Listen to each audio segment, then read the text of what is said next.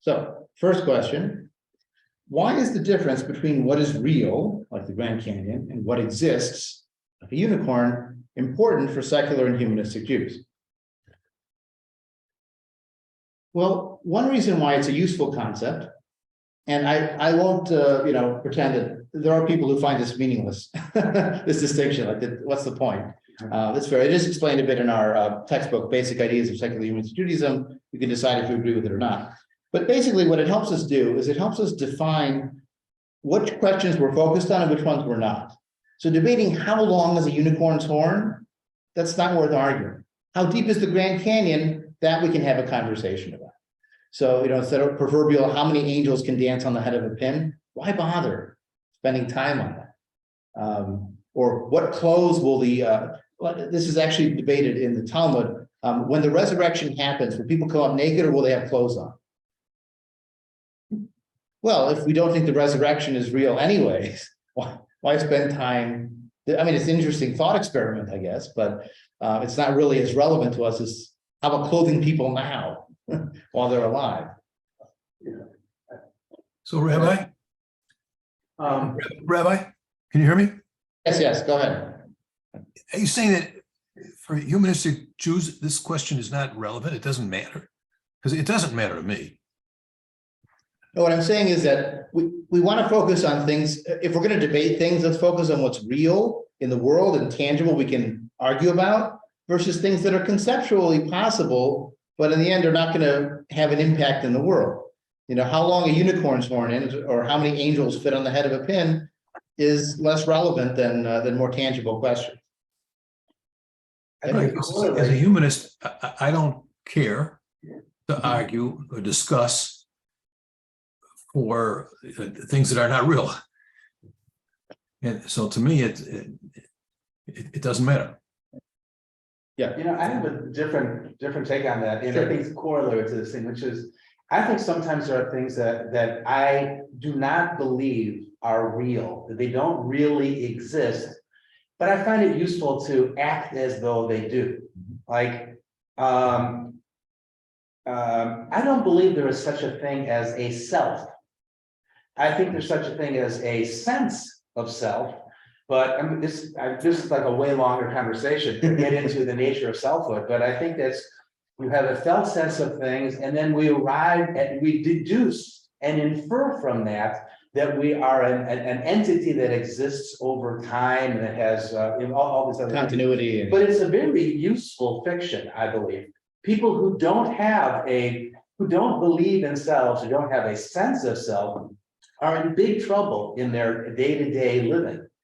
I have a personal example of this today. Members of my family were talking about what we're going to do about plots at Shalom Cemetery. I think that eventually I'm not going to exist anymore. And it doesn't mean I'm going to be relocated someplace else. I'm going to cease existing. So do I really care about that? Well, I want to have my descendants have a place to go, because sometimes going to a place like that can conjure up feelings, a sense of connection. Sometimes people can go there and even have a conversation, although it's one way. Hopefully. Right. And even though I've always said, who cares? I don't believe any of that stuff. It's fairy tales, it's childish, blah, blah, blah, blah, blah. But I do think there's value in some things like that, even if you don't believe it. And I could go on and on about the list of things that I think are fictions, but some of those fictions have value. So I guess the key balancing act is to know when to distinguish fiction from reality, and to be sure that someone, like the fiction doesn't become a Frankenstein that takes over, where you've made it up, but all of a sudden it begins to consume your life, and it consumes your time and your assets and your sense of self, and So unfortunately, too many of the things that may be imaginary but people treat as real can become all-consuming or can become harmful, as opposed to useful fictions.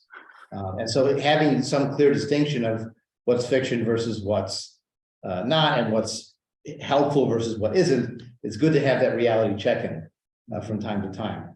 I think that the question of what's real and what exists is also useful because we're not spending time debating things that aren't, debatable.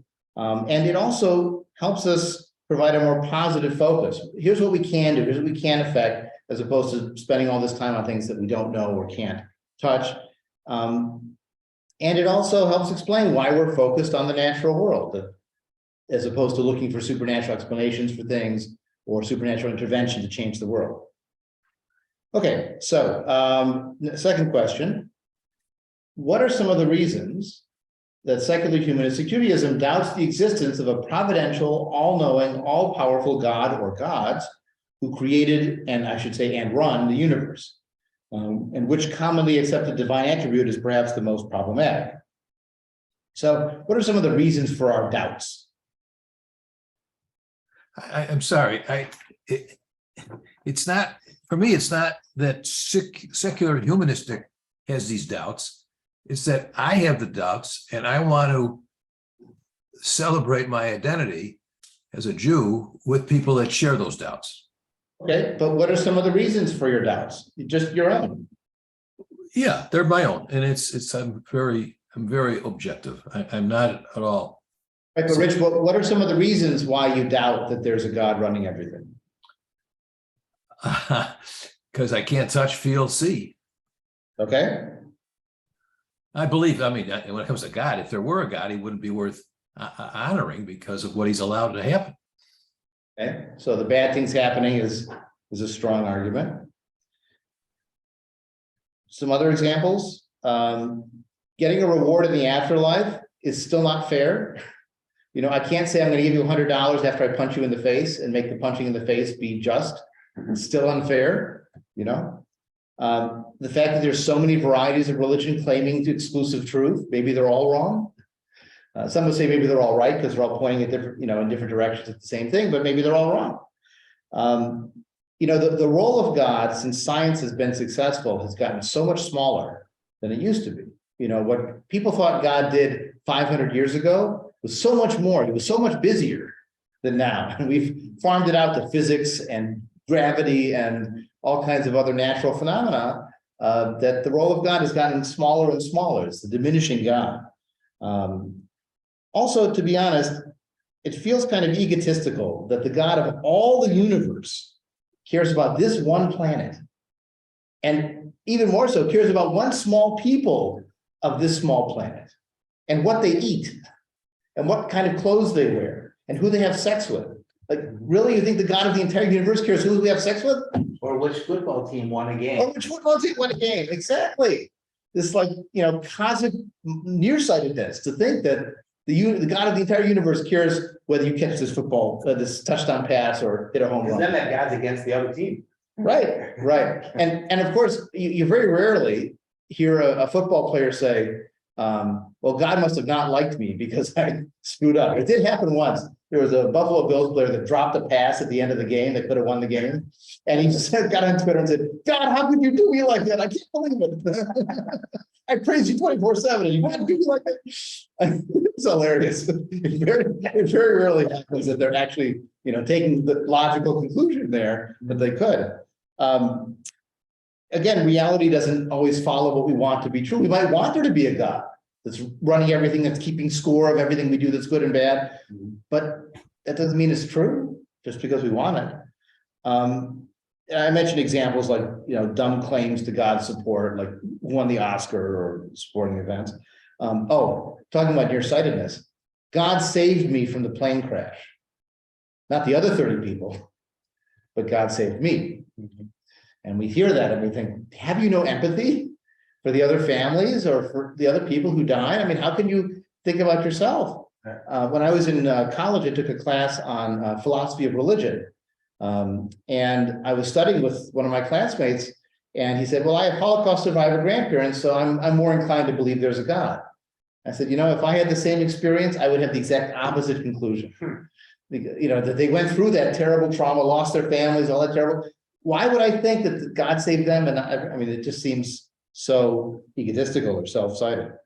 For some people, it just doesn't make sense.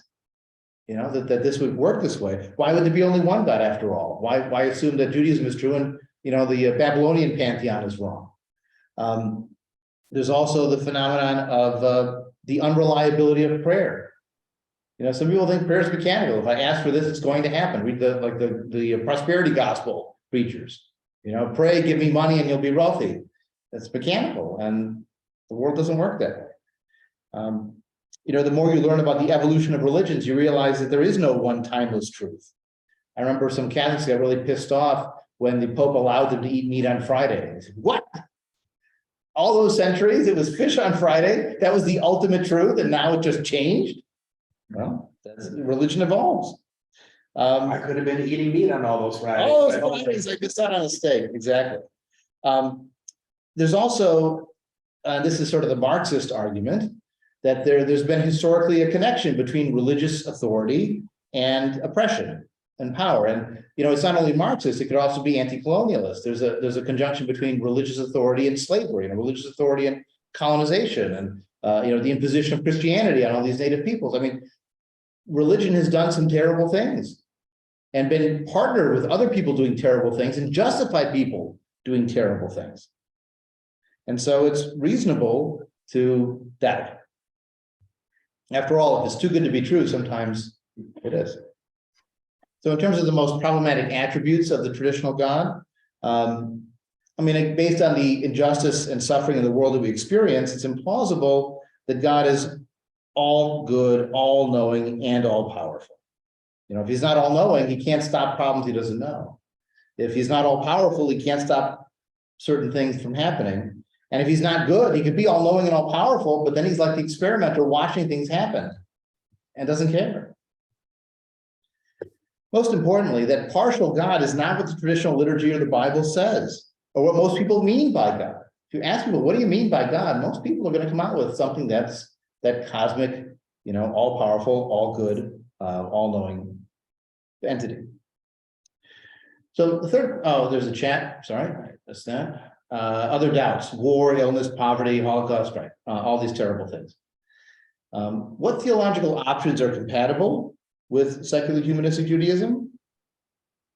We talked about this, sort of a basic response of the atheism works, agnosticism works, ignosticism, deism could work, as long as you have a positive focus on human knowledge, human action. And again, some participants might believe in some undiscovered forces or energies, but don't generally believe in a personal God who answers prayers, who writes Torah, who rewards the righteous, punishes the wicked, who knows if you've been sleeping, who knows if you're awake, who knows if you'll be bad. I would throw in another option that I added to that list, which would be more of an as-if experience. That if you think of God as something that doesn't actually exist out in reality, independent of the person having the experience of God, so if you don't think of it as that maybe God is something that only occurs between your ears. And then the question is, might such a God have some use, but then you don't have to go about proving that it has the property of actual physical existence out in the world. That's a whole different conversation, I guess, is does it have use? But in my opinion, that all God has been belief that occurs between people's ears. And I think that it's something that certainly it's been enduring. It's pretty universal. There's, and so there's something to it, something very compelling about belief in God. For me, the question is, I'm not like, even Richard Dawkins says you can't know 100% for sure. So I feel pretty close to feeling that, but I still think it might be, maybe it's a useful fiction. Well, another interesting theory coming out of evolutionary biology is that belief in God could be what they call a spandrel, which is an unintended side consequence. So in architecture, a spandrel is a space created by accident. So like if you build a staircase, you make a space under the staircase. You can use it for a closet or storage or something, but it wasn't by design. It just happened sort of by happenstance. And so there are certain features of our brain that were evolutionarily advantageous for us that may result in a God. So we like to explore causation. How did something happen? this happened, and this happened. Well, that helps us track animals, that helps us harvest crops, but it also makes us imagine the whole world has a causation scheme. We have an innate sense of justice and fairness that helps us work and collaborate in community. But then we also imagine the universe must have some kind of sense of justice and fairness that rewards the righteous and punishes the wicked, because that would be hard. It would be harder for us to accept a world that's unfair than to imagine a world that is fair. And then there's the phenomenon of personalization, where if you see leaves rustling, you imagine some kind of conscious forces behind it. Now, that's very effective if there's a jaguar hiding there that's going to jump on you. And so you posit there's a jaguar, even if it's just the wind. Better to be safe and run from the wind than to get eaten by the jaguar. But the more you personify things that are natural occurrences, the more you're likely to personify lightning or thunder or floods or fertility or all these other aspects that get attributed to divine forces. So it may be that the God concept is this sort of spandrel of other aspects of our cognition that coalesce into positing some kind of supernatural being that causes things, that is a personality one can appeal to, and intervenes in the world. There's a cognitive psychologist who used to be at Oxford, I know, and I read a book of his called "Why Would Anyone Believe in God?" And he has a whole body of research where he is able to demonstrate that human beings have what he calls hyperactive agency detection devices. For example, yes, exactly. And it's the propensity that human beings have to see intention all around us, whether it's there or not. Mm-hmm. And he talks about why, there's different reasons why we would be like that. Like evolutionary psychologists say, well, this served adaptive function. If you could read intention in people around you, if you have this propensity to do that, then you can understand motivations and social. That's that, as well as you're more likely to be accepted by the tribe and therefore get the benefits of tribal inclusion. And so therefore you're more likely to contribute those genes to the gene pool because you don't get cast out. Right, exactly. Well, there's every language has their own unique concepts, like the word mensch in Yiddish has its own unique meaning. So I understand that in Japanese, there's two words for secret truths. One is the truth that everybody says is true, but everyone knows is a lie. And the other is a word for the word that everyone says is false, but secretly knows is true. But that's part of that joining the community, but also having your sense of reality secretly. So the next question, I'm sorry, there was a comment also in the chat box that Buddhism might be an approach that could certainly be in common with humanistic Jewish approach. It depends on which Buddhism you're looking at, because some Buddhisms involve monks and hierarchy and reincarnation and things that might be foreign to our approach, where a more Americanized style of Buddhism would work really well. There's a wonderful book by a man named Stephen Batchelor called Buddhism Without Beliefs, or Buddhism Beyond Beliefs, I think Buddhism Without Beliefs, that focuses on Buddhism as a personal practice of meditation and not as much the cosmology of the universe. And that kind of an Americanized filtered Buddhism might be a very meaningful practice for people that would work well with us. So the fourth question, is using the word God for other concepts like nature or love problematic? Why or why not? So can you redefine God, and does that work? I always thought of that as like a way of sneaking God into the back door. Like, it's hard to let go of that concept because so many of us were brought up with that as something that is so real and true. And defining of a good person, that you're a bad person if you don't include that concept or talk to that entity. Yeah. Mm-hmm. Yeah. So yes, it is a way to try to save God in some approaches. Any other thoughts on whether you can or can't redefine it so you can keep it? I guess I would ask, what's the point?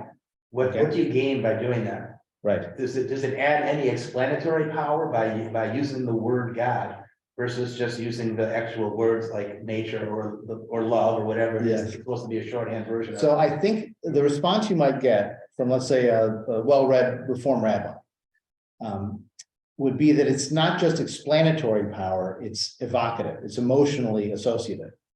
So if I'm able to say, Shema Yisrael, Adonai Eloheinu, Adonai Echad, the words that my people have said for centuries, whatever I mean by them, There's an emotional evocation, or reciting the Hadash that my grandfather recited. I remember him doing for my grandmother for all those years, and I want to be able to praise God like that. So I have to come up with some other word that God means, some other concept for God, so I can still say those words, because it's the words, the ritual, the routine, the vocabulary that's evocative, more so than the intellectual concept of what's behind it.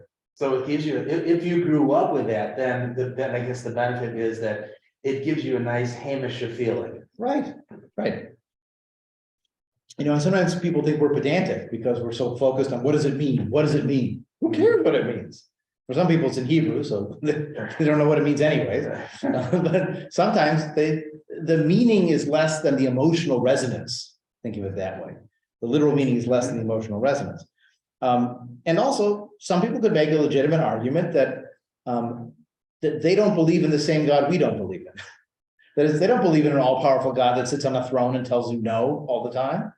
They believe in a loving God, or a force God, or a caring God, or an immanent God, that the spark of God is in every person, as opposed to a transcendent God that's authoritative and on top of you. So they don't believe on the old man on the throne. And it is true that terms do evolve. What we meant by justice changed. What we meant by all men are created equal in the Declaration of Independence is very different now than in 1776, right? We include women, we include Native Americans, we include African Americans. We have a very more expansive sense of who has human rights. So the very concept of justice or freedom are very different now. So maybe God also is a flexible term. And keep in mind that language is an imperfect medium, right? What one person means by love is not what someone else means by love. You think about the languages of love, that's a popular concept these days, or just, how to show love or how to express love can be very different, even between two partners who do love each other, let alone between two strangers who are just meeting each other. And finally, God is a literary character in the Bible. If you treat the Bible as written by people, it's stories, therefore God is a character. And so characters can have a variety of interpretations. You can write a new version of Hamlet where things are different, or you can tell the Hamlet story backwards with Rosencrantz and Guildenstern as the main characters, and then it changes the whole story. So, you can re-envision God in different ways as a character if you're more flexible on that front. But in the end, for humanistic Judaism, we decided it doesn't work for us, that redefinite. Mordechai Kaplan's Reconstructionism was doing that for 30 years. Before Sherwin Wine and Dan Friedman said, that doesn't work for us. We need to go a different direction because the term has a lot of baggage. It doesn't lose that old meaning when you try to make new meaning. And you should try to be as clear as possible with what you're saying. That's a positive value. The redefinition fades after a while, or if all you do is put it in the footnotes, when you're reading the main text, you can't think about the footnotes while you're reading the main text at the same time. If you read a Reconstructionist prayer book, sometimes they have all these wonderful footnotes about what they mean by God here and what they mean by God there. And then you read, thank you, God, the King who does this. That's what the main text is saying. And if you actually know what the Hebrew means, then it's even harder to say. Yeah. And finally, when you try to project those meanings back, so God is love, or God is the force for good in the world. Is that what part of the Red Sea? Is it fair to use the same term for that old concept? So I had a short article I wrote some years ago. I called it Our Quarterback, Our King, which is drawing on the traditional Our Father, Our King metaphor. The traditional concept of God as running everything is sort of like the quarterback. He calls all the plays, he makes things happen on the field. But this postmodern version of encouraging God is more like God as a coach who designs the plays, or God is the cheerleader who encourages you on your way, but God doesn't intervene on the field. And the problem is that the traditional liturgy was written for a God that's a quarterback. Well, why are you talking to the cheerleader like they're the quarterback? If you want to have a cheerleader God, then talk to a cheerleader God, but you might have to write something new. And a similar problem comes out with that concept of the transcendent versus the immanent God. The old God was transcendent, king on top. Remember King of Kings? It's not just part of the Christmas carols. It's also part of traditional Jewish imagery in the The traditional Shalom Aleichem that's praising the angels, Shalom Aleichem, it talks about them going to the Melech HaMelachim, the King of Kings, because you have the king in charge of everybody, and you have the God who's the king in charge of the kings. Well, nowadays we don't have monarchies, and even the monarchies we have are under the control of democracies, like in England. So if the political sovereignty is invested in one being or one person, it's dispersed among all the people. Well, then it makes sense that your God power would be dispersed to all the people. That's that concept of a spark of God in every person. Well, here's again where for us it falls down, because there's a spark of carbon in every living thing. But if I say, praised are you, carbon that brings forth bread from the earth, or praised are you, carbon that has restored my soul to me in the morning. I mean, maybe it's poetic, and for some people it works, and maybe it sounds kind of silly. You know, carbon's not listening, and do I really need to focus on carbon every day? Well, so maybe it doesn't work to backfill the meaning. Okay, number 5. How are science and the scientific process important for secular humanistic Jews? Why do we value it? Well, it's an alternative to faith, just blind faith. We'd like to have evidence for our beliefs. Yep. It's knowledge we can rely on. We can have confidence in. It's responsive to evidence, right? It's the very basis for our difference from those who believe in God. Well, but I would not use that as an answer to this question, just because it's not just that we want to be different from those other people. Like science has positives to it, not just because they don't do it, so we like it. Science helps define for us the power of people to understand and improve the world. Right? That's our path to knowledge and to power. It's an example of a global cooperative human effort. Do you remember the movie Contact, which is about like for a first contact with aliens with Jodie Foster, based on the Carl Sagan novel? There's a fantastic scene in there where they all of a sudden start getting this alien signal coming in. First time it's ever happened. And then after a few hours, they have to hand it off to someone else on the globe because the Earth is rotating, and they're not going to be pointing in the right direction with that antenna. So they had to hand it off to Australians, and they have to hand it off to the people in India, you know, so it's going around. And the Pentagon is pissed off about that. What do you mean you told them the Australians this is happening? And the scientists say, we need them. This is a global human project here to connect with this alien intelligence. So science is a global human effort. You know, you saw that with the labs developing the COVID vaccines all over the world, and people testing it all over the world. I mean, you know, this is the reality that we're interconnected, and we can learn from each other too. Also, science has demonstrated the effectiveness of a naturalistic approach to life. Faith healing tried for a long time. Germ theory was much more effective. Okay, when we understood the actual process, had evidence for it and ways to counteract it, you know, I mean, more lives have been saved by blood transfusions and by antibiotics than by better and newer praying or evangelical tent meetings. We also know that science can be a source for wonder and inspiration and personal meaning. You know, when I see those nature specials and learn about evolution, or see, you know, a hominid skull, I feel something transcendent there. When we see those images coming from space with the wonderful space telescopes we have now, they're fantastic. It's so awe-inspiring and wonderful. We want to know more about it and experience more of that kind of beauty. Well, the way you worded that is like you feel something transcendent. Right. It doesn't mean, as somebody who's a secular, it doesn't mean you're saying there is some transcendent thing that transcends the natural order of the universe. Exactly. You're saying you can have a subjective sense of something transcending, Right. which I actually think is a very good thing to have, even if it's not factually correct that there is an order outside of the natural world. Yep. And the last reason why I think science is really important, well, two other things. One is it does give us an answer to the question of where did I come from? How does all this happen, right? It answers a lot of questions for us in believable ways. And it's very important for us to find the truth and to live with the truth. Remember how I started with the red pill and the blue pill? Can you face reality as it really is? Well, science makes us do that. And that's important for our survival in a tangible way, but also for our dignity in the intangible side of having the courage to face reality and wanting to know the real truth that's out there as best we can discover it. And there's something inspiring about that kind of a quest. So the last question, we'll wrap up with this. How can secular and humanistic Jews relate to the majority of the world that is theistic? We're still a minority, right? Even if it's a growing minority, and even if among Jews we're more prevalent than the general population, something like twice as high a proportion of Jews will say they don't believe in any of that supernatural stuff, either the God of the Bible or the universal spirit, compared to the general US population. So we're more secularized. But there are plenty of people out there who are still religious.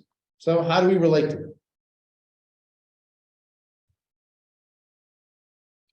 Some of my best friends are theists. Okay. So, I've had to figure out how to be okay with that. And I think over the course of my life, and certainly since college, I've gone from a strident anti-theist who thought it was all just this silly, destructive fairy tales. And it was a crutch, and they were Right, really all the stuff that has been written about for so many years, to why do I care if somebody has that belief? As long as they don't try to make me have that belief, or they're not going to hurt me as a result of their beliefs in some way. And for some people, I do think it can be helpful or useful.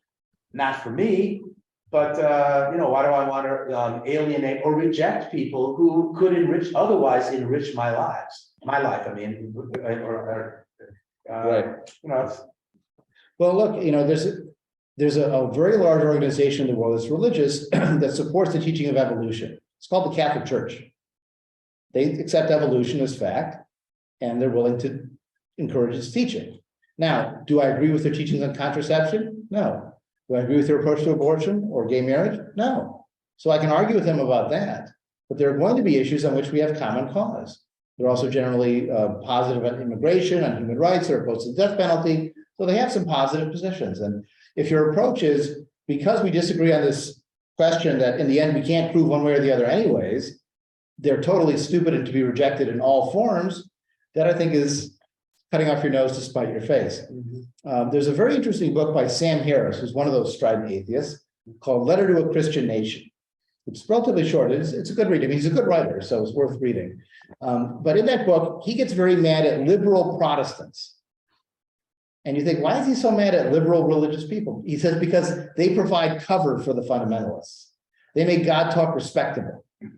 And they're just as bad. They're even worse because they're like the Trojan horse or the camel's nose in the tent. And my response is, Sam, that's so stupid. These are the people who will support the separation of religion and government, who will keep Bible readings out of public schools. The liberal Protestants. They're the ones that got it in the first place. Right. So, you have to think about what's your agenda here. And if the God belief question is the only item on your agenda, then it's going to be you and 6 people in a room. But if you have other purposes in life, you may find that being flexible is helpful. Now, the flip side is you don't have to necessarily hide what you think either. Being totally quiet, a quietist and keeping a low profile and just being polite and not even raising your voice when someone demands everybody, we all pray here, so let's bow our heads and pray in a work setting, and never register a complaint or anything. Well, maybe there's some middle ground between being the atheist activist all the time and someone who never says anything and doesn't, advocate for themselves. And maybe there are times to publicly advocate. We had this dilemma when our kids were going to school, and they, in their school, would recite the Pledge of Allegiance, which includes the 1950s edition of Under God, which wasn't part of the original pledge, but was added in later because the communists were atheists, so we were going to be religious. And that isn't something that my wife or I believe. And in fact, we found it hilarious. The kids were reciting the Pledge of Allegiance in English and in Spanish because they were in a dual language Spanish and English program. And I love the sound of the Pledge of Allegiance to America in Spanish. But we decided, let's let them make their choice. If they object to it and they want to make a stink about it, then we'll support making a stink. If they don't mind saying it as sort of public piety and getting along with everybody else, then fine. If they just want to sit there quietly, that's fine. If they ask us, we'll tell them our opinion. But in the end, it was their choice to fight or not. We didn't want to make them our pawns to, enact our issues over them. And in the end, the best approach is to find some balance of all of these. You want to be able to assert your values. You want to find common cause of people who share your approach. There are times you want to be nice and get along, and there are times that you want to push back and say, no, we don't all believe that. Or, no, we don't all accept that. And it's sort of like, honestly, for some people, it's like coming out. You're just coming out as a non-theist, so that more people know that there are non-theistic people out there who are good people, who are intelligent people, who are kind people. Just as some atheists need to learn that there are religious people that can be all those things. Same is true for those who are more religious. Just don't run for political office. Yes, well, I actually had a member one time who was thinking of maybe running, and he said, and we talked about how does he explain his approach. And I said, well, we're a community of meaning. So this is a community of meaning for him. And he has deep personal, convictions. And, we would find language that is true, but hits the buzzwords. Occasionally I've had to do like invocations at public events. And I find ways to do it that people don't even notice sometimes, that I haven't actually talked to a God. But I find ways to talk about what's most important, what's holy in a secular sense, and that kind of thing, that I think fits the bill. But that's, again, you have to decide how confrontational you want to be. And Sherwin Wine, his style was very confrontational. It got a lot of attention, sometimes negative attention. But I think ultimately, the strength of our conviction is shown in our self-confidence. And self-confidence doesn't come from bombast. It comes from strength of conviction and having a sense of self. So I know what I believe, and I'm interested in learning what other people believe. I'm not threatened by them, and they shouldn't feel threatened by me.